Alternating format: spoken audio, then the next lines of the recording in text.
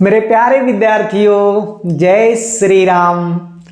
मैं आपको अपने YouTube चैनल श्रेष्ठ कोचिंग क्लासेस में हार्दिक स्वागत और अभिनंदन करता हूं।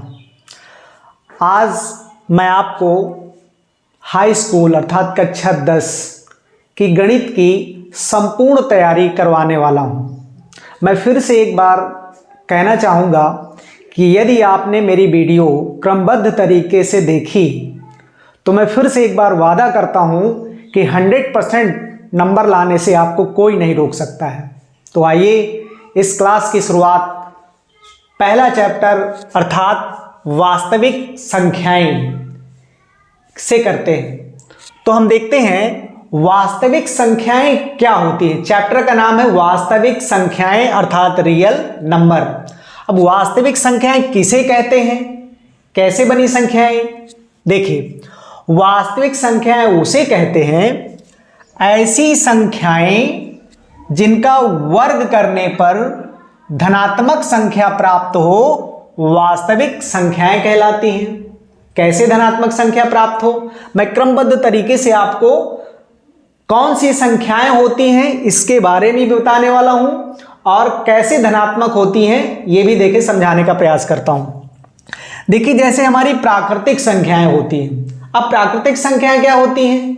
ऐसी संख्याएं जिनको हम गिनने में प्रयोग करते हैं उन्हें हम प्राकृतिक संख्याएं कहते हैं। जैसे 1, 2, 3, 4, 5। तो ये संख्याएं धनात्मक संख्याएं हैं। यदि इन संख्याओं का वर्ग करें हम तो कैसी संख्या प्राप्त हो? धनात्मक। कैसे?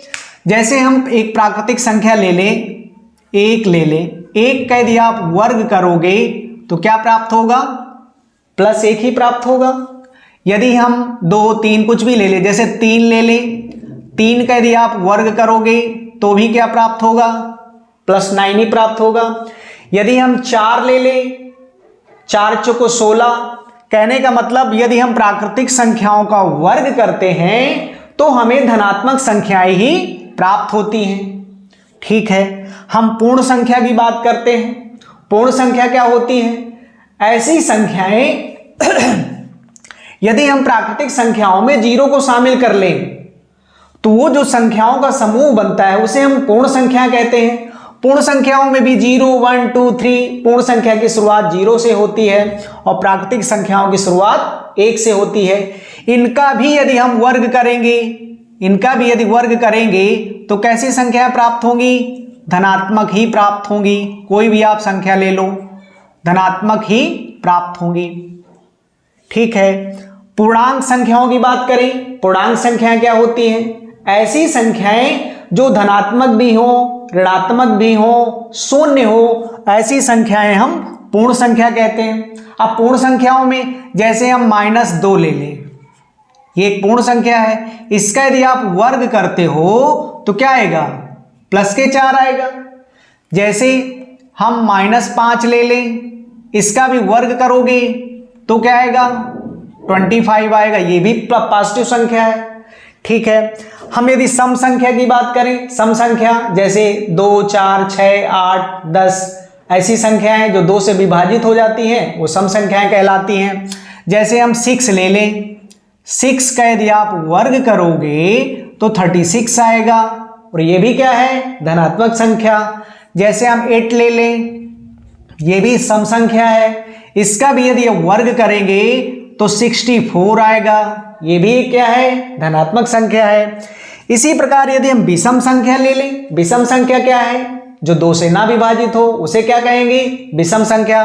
जैसे 1, 3, 5, 7, 9 ये सब क्या है? विषम संख्या है।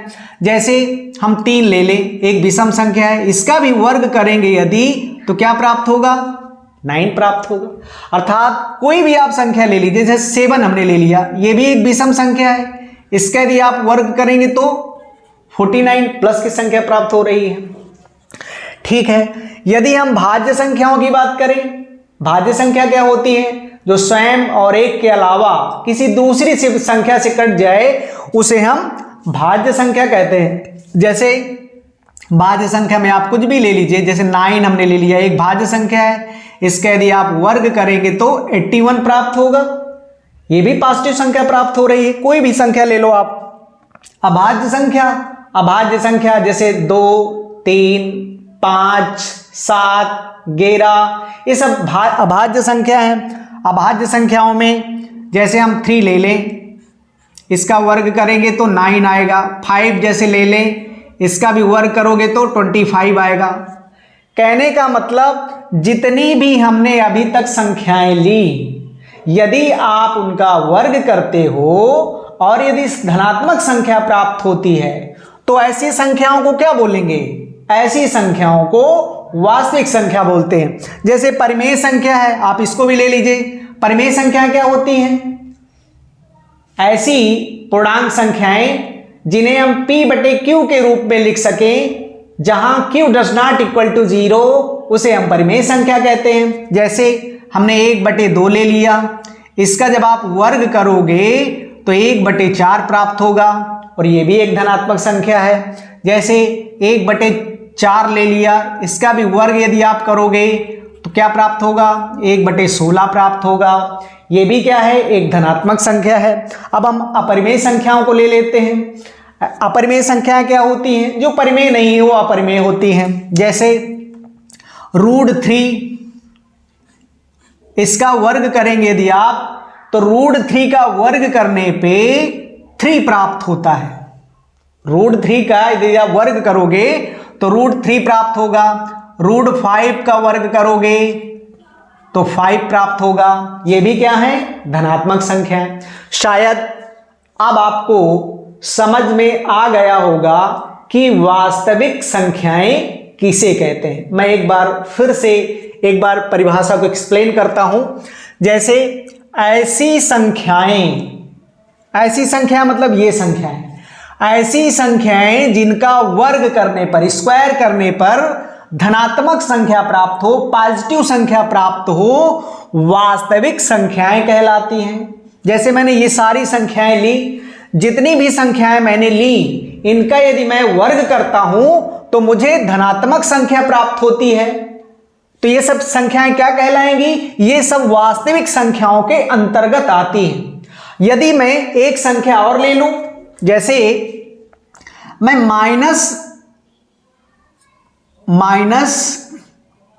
-√3 ले लेता हूं और यदि मैं इसका वर्ग करूं पूरे का तो मुझे प्राप्त होगा -3। अब देखिए, मैं इसका वर्ग कर रहा हूं तो मुझे कैसी संख्या प्राप्त हो रही है? -3 प्राप्त हो रही है, जो कि धनात्मक संख्या नहीं है। इसलिए √-3 एक वास्तविक संख्या नहीं है। ये एक वास्तविक संख्या नहीं है तो फिर क्या होगी? ये एक अवास्तविक संख्या है। अवास्तविक संख्या दैट इज इमेजिनरी नंबर, इसे हम आगे की कक्षाओं में पढ़ेंगे। ये वास्तविक संख्या नहीं। तो शायद आपको समझ में आया होगा वास्तविक संख्याएं किसे कहेंगे। अब मैं थोड़े से कुछ महत्वपूर्ण तथ्य हैं उनके बारे में बताने वाला हूं। देखिए, यदि हम अंक 1 की बात करें, अंक 1 ना तो भाज्य है और ना ही अभाज्य है। 1 ना तो भाज्य है और ना ही अभाज्य है। सेकेंड पॉइंट, 2 सबसे छोटी अभाज्य संख्या। इसको जरूर आप याद रखिएगा क्योंकि बहुत ही इंपॉर्टेंट है, अधिकतर एग्जामों में यह प्रश्न पूछा जाता है।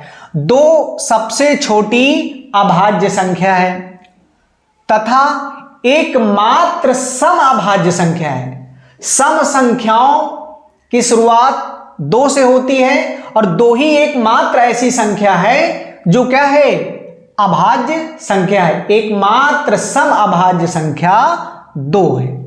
एक पॉइंट और है, सबसे छोटी भाज्य सम संख्या। तो सबसे छोटी भाज्य सम संख्या अर्थात जो कट जाती है वो आपकी 4 है, 4 सबसे छोटी भाज्य संख्या। अब सबसे छोटी विषम भाज्य संख्या। विषम भाज्य संख्या, विषम भाज्य संख्या, विषम में जैसे 1, 3, 5, 7, 9, तो सबसे छोटी विषम भाज्य संख्या हमारी 9 है। तो ये कुछ पॉइंट आपको मैंने बताए और शायद मेरी बताई हुई बात आपको शायद समझ में आई होगी। मैं अब आपको आगे के पेज में बताने वाला हूं।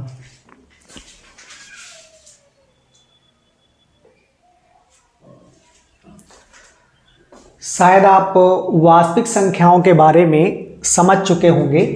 अब अगले पेज में आपको अब देखिए गुणनखंड किसे कहते हैं, क्योंकि इस चैप्टर में गुणनखंड का विशेष महत्व है।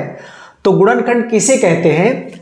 किसी संख्या के गुणनखंड, जब कोई संख्या किसी संख्या को विभाजित करती है तो विभाजित करने वाली संख्या उस संख्या का गुणनखंड कहलाती है।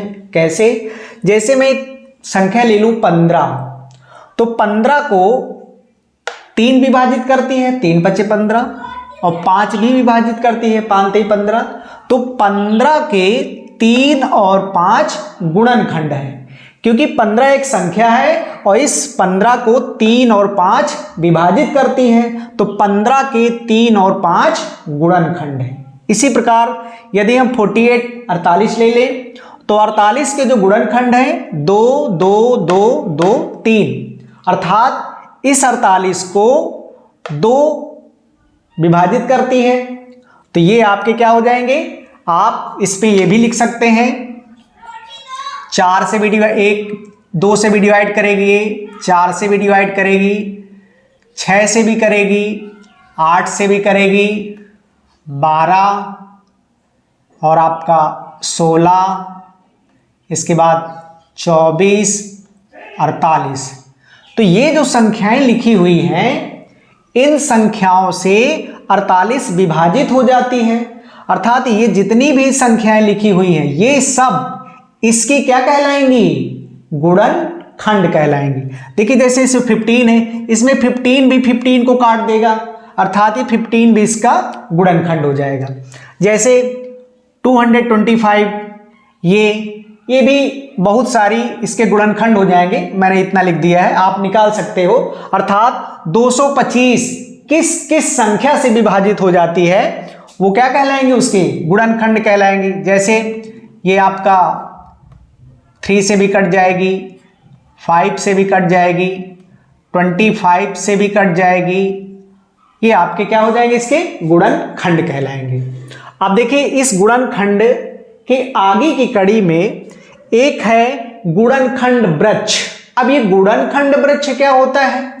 गुणनखंड वृक्ष देखिए क्या होता है, जब किसी संख्या के गुणनखंडों को, अर्थात ये संख्या हो गई और इसके गुणनखंड हो गए, जब किसी संख्या के गुणनखंडों को एक निश्चित क्रम में एक वृक्ष के रूप में लिखा जाता है तो वह गुणनखंड वृक्ष कहलाती है। जैसे 500 हमने 500 ले लिया, तो 500 को पहले हमने 2 से डिवाइड किया तो कितना आएगा? 250। फिर हमने 250 को 2 से डिवाइड किया तो 125। फिर 125 को 5 से डिवाइड किया तो 25। फिर 25 को 5 से डिवाइड किया, फिर 5 को 5 से डिवाइड किया, तो ये आपके क्या कहलाएंगे? ये आपका गुणनखंड वृक्ष हो जाएगा। अर्थात 500 के जो आपके गुणनखंड होंगे ये 2 2 5 5 5, इसको आप घात के भी रूप में लिख सकते हो। 2 कितनी बार है? 2 बार, तो आप लिख सकते हो 2 की घात 2। 5 कितनी बार है? 3 बार, तो आप लिख सकते हो 5 की घात 3। इसी प्रकार यदि हम 48 को गुणनखंड के वृक्ष के रूप में दिखाएं तो सबसे पहले इसको आप 2 से काटेंगे, फिर इसको 24 आ जाएगा इधर, 24 को फिर आप 2 से काटेंगे, फिर ये 12 उधर हो जाएगा, 12 को आप 2 से काटेंगे, 6, फिर 2, फिर 3, फिर 3। अर्थात इसके यदि अभाज्य गुणनखंडों के रूप में लिखें तो 2 2 2 2 और 3, अर्थात इसको आप 2 की पावर 4 और मल्टीप्लाई 3 के रूप में लिख सकते हैं। तो आप किसी भी संख्या के जैसे आपको गुणनखंड करना है तो एक तो तरीका है आप भागफल विधि से उसके गुणनखंड कर सकते हैं। भागफल मतलब जैसे 12 है तो 12 को आप 2 से डिवाइड कर दीजिए, फिर 3 से ये तो ये भागफल विधि है, इससे आप गुणनखंड निकाल सकते हैं। दूसरा तरीका गुणनखंड वृक्ष, आप इस तरह गुणनखंड वृक्ष को वृक्ष के रूप में डिवाइड कर दीजिए।